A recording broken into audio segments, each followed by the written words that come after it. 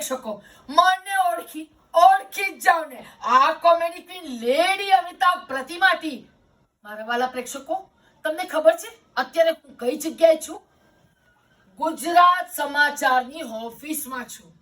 જી હા, આપણા માટે, ગુજરાતીઓ માટે બહુ જ મોટી ગૌરવની વાત કહેવાય કે આજે વિદેશની ધરતી પર આપણી ગુજરાતી ભાષા, આપણું ગુજરાતી છાપું, જેને કહેવાય ને કે આપણા સમાચાર, આજે 52 વર્ષથી ગુજરાત સમાચાર આપણા ગુજરાતીઓને દેશ વિદેશના, આપણા દેશની ધરતીના બધા સમાચાર એક નાનામાં નાની બાબત પણ લોકો સુધી પહોંચાડવાનો મોટામાં મોટો સિંહ ફાળો જો કોઈ હોય તો યુકેમાં સીબી સાહેબનું આ ગુજરાત સમાચાર છાપવું, જેના માધ્યમ દ્વારા આજે અમે લોકો પણ કલાકારો ખૂબ પ્રાઉડ ફીલ કરીએ છીએ.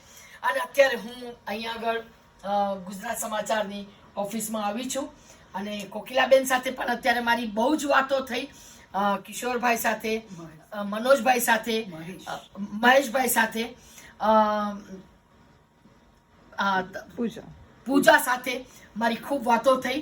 અને સાચું કહું ને તો હું જેટલી વાર, હું 1978 થી યુકેની ધરતી પર આવું છું અને જેટલી વાર હું અહીં આવી છું ત્યારે હંમેશા સીબી સાહેબ તરફથી મને ગુજરાત સમાચારમાં આવવાનું આમંત્રણ મળે છે અને મને આવવાનો જે મોકો મળે છે એના માટે હું ખૂબ ખૂબ થેન્ક યુ સો મચ.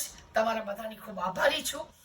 કે સૌથી પહેલી વાત તો એ છે કે આપણી ભાષા, આપણી વાત આજે વિદેશમાં, આ યુકેની ધરતીમાં, અને ખાલી યુકેની ધરતી નહીં, આખા વર્લ્ડમાં બધી જગ્યાએ આપણું ગુજરાત સમાચાર ખરેખર લોકો સુધી જે પહોંચાડવાની આજે એક જે ખેવના, ભાવના, જવાબદારી કહીએ આપણે તો એમ કહીશ કે આ બહુ મોટી વાત છે.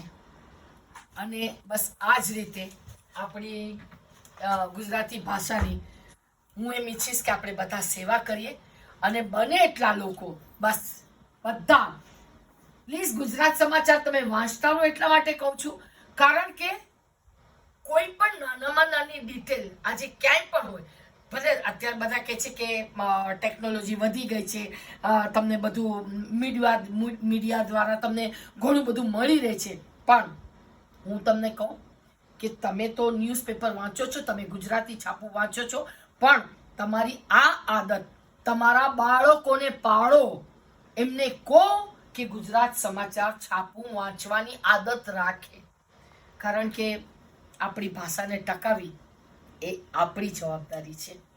તો મારા વાલા પ્રેક્ષકો, જરૂરથી ગુજરાત સમાચાર તમારે વાંચવાનું છે.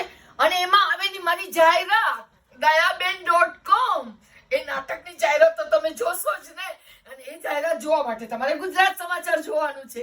તો મારા વાલા પ્રેક્ષકો, જરૂરથી ગુજરાત સમાચાર વાંચવાનું ચાલુ કરી દેજો. જો કે તમે વાંચતા જશો અને મારું નાટક જોવા માટે પણ આવજો, તમને મારા સમ છે.